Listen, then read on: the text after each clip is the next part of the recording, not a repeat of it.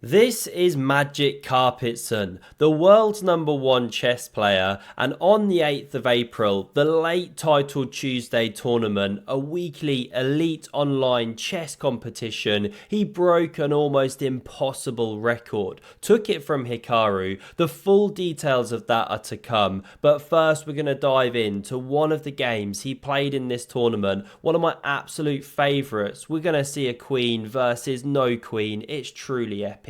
Magnus was playing with black here. His opponent, Sevian, a very strong American grandmaster, kicked off the game with the king pawn. Magnus plays the La France variation, whispers on guard as Sam takes the centre. Now he fights for it, and I love this because knight c3 invites this razor sharp winnower variation. Magnus develops with a whoosh. We get the advanced variation played. I still haven't figured out why it's called that. Magnus now fights for the center, and after pawn to a3 we see the structure shattered, knight developing, and I've got to show you the main line briefly here because normally the queen comes streaming out, hits the pawn, defended, and in a moment we see black counterattack, defended, and then you can sit the queen on this annoying square. It pressures the pawn, it pressures the center and the white queen. Okay, why do I mention it? Let's get back to the game because we see the really weird move, pawn to a4, played by Sam, and the idea is now that after Magnus develops, he goes gung-ho with the second rook pawn, queen a5, bishop d2, and suddenly the enemy queen cannot sit on this square. Deep stuff going on here, elite level grandmothers. Now we see Magnus develop the bishop, h5 is played, and you don't really want to allow h6, g6, really weak dark squares. So instead, Magnus pushes p there. We see the pony develop into the game. Magnus goes for the 000, and this is where Andrea starts spinning the beats. The kings are on the opposite side of the board. This one's looking a bit drafty, and we're going to see Magnus try and exploit that, but first, the ambitious, explosive pawn c4 is played, opening the bishop to attack the queen, yes, also setting up what we call the pawn cube, aka the pube as it's known in the business, and this is dangerous because after Magnus drops back, suddenly takes, knight takes, white is opening the center when his own king is stuck there. Ambitious play. First he tries to cemento the pawn chain. Magnus, having none of it, plays the usually horrible pawn to f6.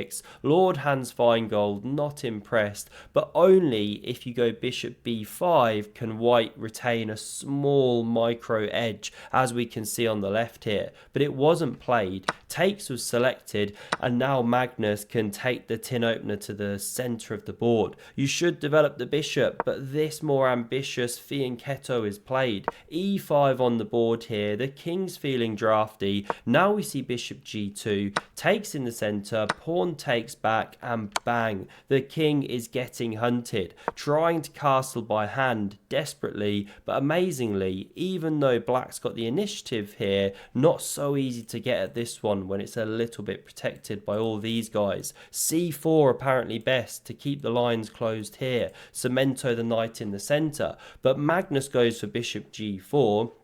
Looks so natural, but after the excellent rook h4, Sam whispers, do you even rook cliff, bro? Magnus isn't actually killing white, even though it looks like it. Now you could take here. After the bishop takes, the knight crashes through. Looks amazing for black, but there's this great exchange sack. Then you can actually attack the queen, and you're winning it if not for knight c3, but then queen b3, and okay, there's some problems. White actually stands a little bit better. The king's getting safe here, so we didn't see Magnus capture straight away. He plays f5 to support the bishop. Technically you can win the pawn on h6, but we see instead queen c1, not the best move as you can see, but it sidesteps the pin, hits the pawn there, and now Magnus does take the moment to chop on f3. Bishop recaptures, and the knight crashes through, and white's getting absolutely mauled unless you find one move here. You know, you can't start going king g2, let the knight take. There's a huge black attack that comes on the way if the king stumbles out.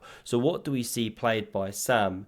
He plays the epic Rook takes on d4. Banger. It's a game changer. Completely changing the game, because after this one takes, the queens leave the board. Magnus loves himself a queenless endgame, but after captures here, we see the point of the exchange sack, because this pawn is now running completely past. You can't do this and try and take, the pawn is defended, so instead Magnus hops with the knight here. We see check played, king b6, and the pawn starts running. Magnus, not to be outdone, pushes his own. They're both getting a bit lower on time at this point. A pawn race developing. The rook hits the knight. It takes here, and now check wins back the exchange, gives up the bishops, but now look at this. h7, one step away, and this one looking really natural to come after this pawn. Sure, you can defend it here with rook c7.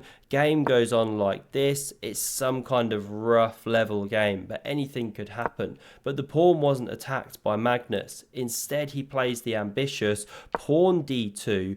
The rook moves away. Lifting was best, but they're very short on time. The knight now defended, and you could technically bounce the bishop round now and defend this pawn. But Sam goes for another idea. Also powerful, but not as strong, and it sets up this fantastic climax. He goes bishop d5, and his idea is he's going to put the bishop here, block the rook's protection of the square, then mate the queen. So Magnus takes. He's distracted up the board, allows the queen to be made, but then he makes one of his own. So Sam takes it off, of course, takes with check, king e2, the rook is saved, and look at this incredible imbalance in the position now. It's a queen versus rook and knight and an extra pawn here. No one's got a clue what's going on. We see check played. Magnus marches up, even ditches a pawn just for the activity, and after check, king e3, king b3, we see his big idea. Before Sam can push his own pawns, he gets this one running 3 squares away from making a baby girl. Queen b7 pressures the rook, rook b5, and I absolutely love it. Even on second, somehow Magnus keeping the coordination between the pieces, not letting the queen check and blunder something loose. Another check is played, king d3, g4, and it's actually a big mistake, because now Magnus can check, the king scurries up the board, and he gets this one running, plus he's intercepted the queen. Just phenomenal control of the position. The check is played, the knight now blocks. Now we see queen a3, stopping the pawn's advance, also covering this square. Now the check is played though, and these ones dropping from the board. The knight protected, pawn drops off, but now the knight centralizes once more. An absolute octopus that Stoctopus can be proud of. King f4, knight c2 hits the queen. It slides in front of the pawn, but after check, the rook now spins around with the knight. A massive check is threatened, so queen b1, the rook blocks with a counter check, and after pawn b2, the writing's on the wall. Absolutely beautiful. The knight spins around, the queen has to give ground. Not only do you block the check now with a counter check, but after the king goes, you're free to promote. This is what Magnus plays, and Sam resigns the position. I mean, that is truly classy to convert that against the queen. And this is what Magnus then went on to do in the tournament. Clean swept it, 11 wins out of 11. That's only been done twice by Hikaru Nakamura. Magnus Carlsen's now done it 3 times, therefore taking the record of the most clean sweep titled Tuesdays.